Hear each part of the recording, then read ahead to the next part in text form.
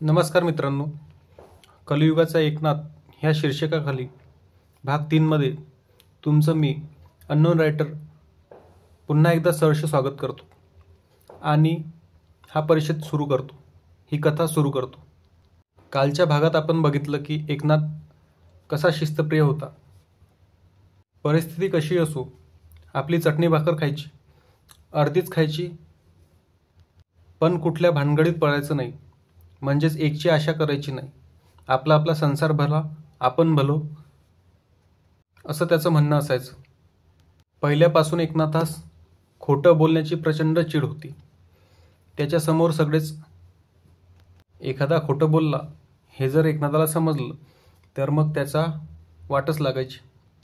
समाजात जगत असताना गरिबी, वेदना, कष्ट, हाल, उपेक्षा ह्या सगळ्या गोष्टी एकनाथाला समजत होत्या, परंतु स्वतःचीच अशी दैना आणि दुसऱ्याला काय मदत करणार। तरीही समाजात जीवन जगताना माणुसकीचं असलेलं नातं तो कधीही आयुष्यात विसरला नाही। जसं जसं तो प्रगती करत होता तसं तसं अनेकांना तो मदत करत होता।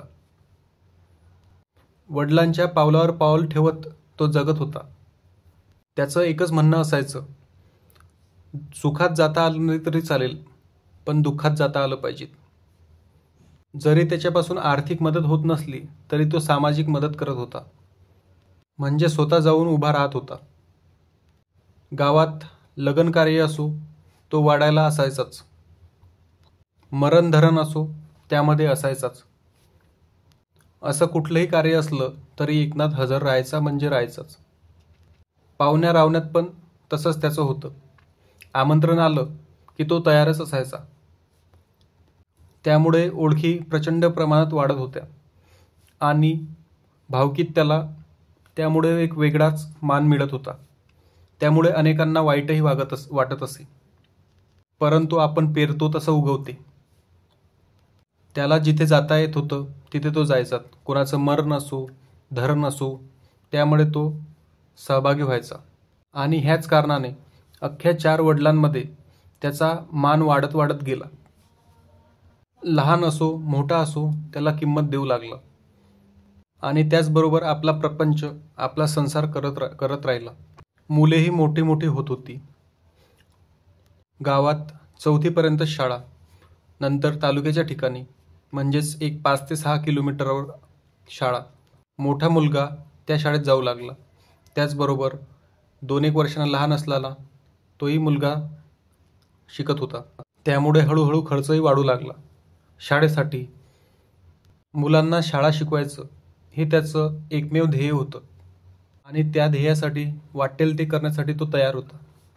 हळूहळू शेतीतही बऱ्यापैकी पिकत होतं आणि त्याच भरोशावर त्याने भावासोबत मिळून एक गाडी घेण्याचं ठरवलं आणि एक गाडी घेतली, 2 व्हीलर। शेती घरापासून एक 2-3 किलोमीटर अंतरावर असल्या कारणाने तो त्यांचा टाईम वाचायचा आणि कालांतराने असं करता करता त्यांनी शेतात पाणी न्यायचं ठरवलं। तब्बल 1.5 किलोमीटर अंतरावर जवळच धरण होतं। त्या धरणातून शेतात पाणी न्यायचं, पाईपलाईन करायचं। दोघा मिळून, मधला भाऊ आणि एकनाथ, दोघं मिळून ठरलं तसं त्यांनी पाईपलाईनही केली। इकडून तिकडून पैसा जमा केला। एक 4-4.5 लाखापर्यंत तो गेला आणि पाईपलाईन घडवून आणली।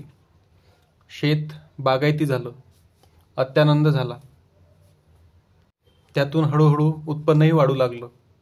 प्रत्येक वर्षी नवीन नवीन उत्पन्न घेऊन त्यातून खूप सारं कष्ट करून, भाजीपाला असो, वेगवेगळे बागायती पिकं असो, रब्बी पिकं असो, त्यातून बरंचसं उत्पन्न होऊ लागलं।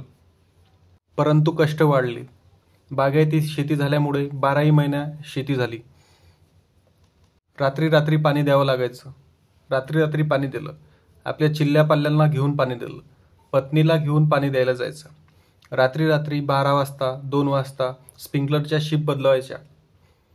प्रचंड थंडी असायची आणि त्या थंडीमध्ये तो त्या बदलवायचा। खूप कष्ट केले आणि ह्या कष्टांच्या भरोशावर कर्ज काढलेलं फेडत गेलं, पाईपलाईन नील केली। असं करत करत एकनाथ थोडं थोडं समाधानी आयुष्य जगू लागला. परंतु म्हणतात ना, आयुष्य चांगलं चालत असलं तरी मधात काही ना काही रोग येतोच. त्याप्रमाणे काहीसं झालं. भावकीत जागे जागेहून वाद होते.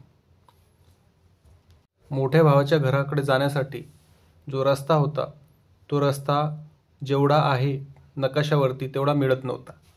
त्यासाठी भांडणं झाली. भयानक अशा मारामाऱ्या झाल्या. ग्रामीण म्हण आहे, कोणाची म्हैस आणि कोणाला उठं तशासारखंच झालं. भांडण दुसऱ्याचंच आणि भांडलं दुसऱ्यासाठीच. त्यातून काहीच निघलं नाही. न रस्ता मिळाला न काही.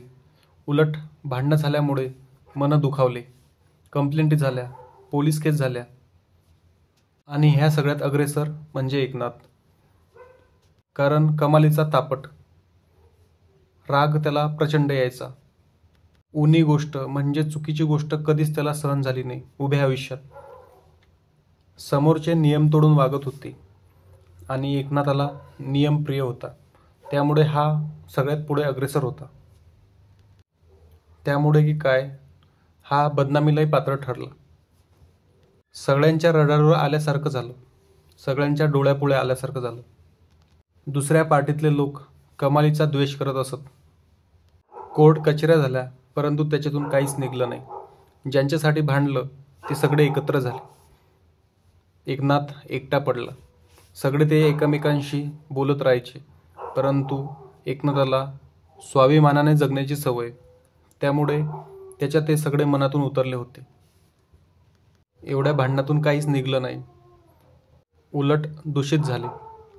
त्यानंतर 6 महिन्यातच असा प्रसंग घडला.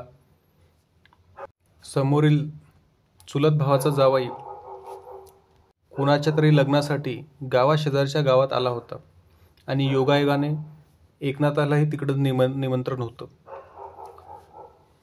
प्रसंग असा घडला की जिथे जावई होता तेथेच एकनाथ हजर होता. समोरून जावई आला. लोकांनी म्हटलं, बसू द्या जावयाला. परंतु काय आपसूक याच्या तोंडातून उत्तर निघालं की समोरचे ते तेवढ्या क्षमतेचे असावे लागतं. आणि वादंग निर्माण झाला. कोणीतरी पिन मारली. चुलत भावांच्या मुलांना सांगण्यात आलं आणि ते दोघेही तिथे आले. भर लग्नात त्यांनी दोघांनी यांच्यावर हात उगारला. कंडिशन इतकी विचित्र होती की एकनाथाचा मधला सख्खा भाऊ तिथे हजर होता, परंतु त्याने काहीच केलं नाही. आज भावाभावाला, चुलत भावाला जरी काही झालं तरी आपण अग्रेसर असतो, तसा एकनाथ सगळ्या याच्यात अग्रेसर असायचा. पण पाठचा भाऊ सुद्धा त्याच्या सोबत आला नव्हता. म्हणजे इतके विचित्रता भावात होती. भाऊ तिथे त्या लग्नात जेवून आला. म्हणजे इतका द्वेष लोक करीत असत. आणि ह्याला कारण म्हणजे एकनाथाचं कर्तृत्व, एकनाथाचा सत्यप्रियपणा. त्याला कुठल्याच गोष्टीत उणीव चालत नव्हती. तो सख्खा भाऊ जरी असला तरी त्याला चालत नव्हतं म्हणजे चालत नव्हतं. अशामुळे कुणाचं वर्चस्व कुणाला खपत नाही, अशीच काहीशी गोष्ट होती. हे सगळं होऊन गेलं, परंतु जाणार कुठे?